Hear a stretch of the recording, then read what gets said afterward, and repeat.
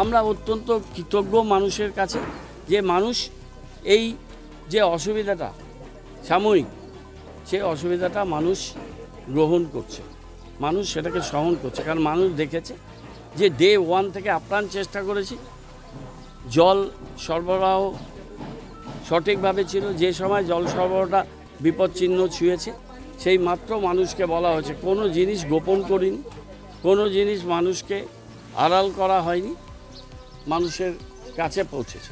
যারা কালকে হিংসাত্মক বিক্ষোভ দেখিয়েছে, এই ধরনের বিক্ষোভ দেখাতে এবং গ্রহণ করতে আমি অভ্যস্ত না। আমি ছাত্র রাজনীতি করে রাজনীতি 50 বছর পার করেছি। জীবনের 4 বার আমাকে সিপিএম পায়ে অধ্যমিত করে দিয়েছে, সেগুলো সমস্ত রেকর্ড আছে, কিন্তু আমি সেটা তাদের উপরে করতে চাই।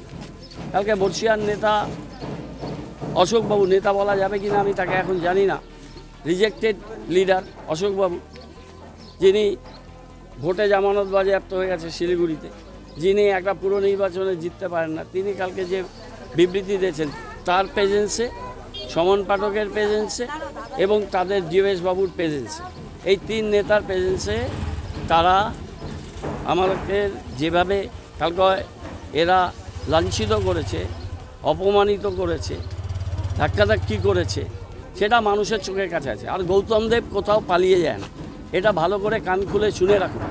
জীবন থাকতে আমি কোনো জায়গাতে রিট্রিট করি না, পালিয়ে যাই না, আমি স্পটে থাকি। কালকেও স্পটে ছিলাম।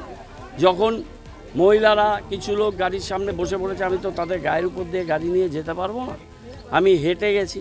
যখন তারা অপ্রাসঙ্গিক কথা বলছে তখন আবার আমি ব্যাক করে এসেছি।